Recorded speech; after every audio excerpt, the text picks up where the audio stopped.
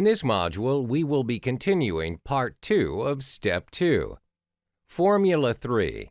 Cash flow is king, and that is positive cash flow is king.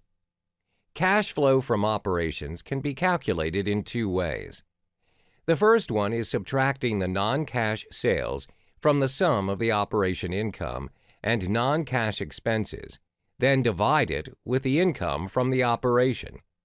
Another way to calculate cash flow from the operation will be subtracting the non-cash expenses from the sum of the net income and non-cash expenses, then divide it with the net income from the operation. As a wise investor, you must only buy or invest into a business that is able to help you make more money. Positive cash flow is what you're looking for, because cash flow is king. A business with a healthy cash flow is like a golden goose that will be laying golden eggs for you. Think about it this way.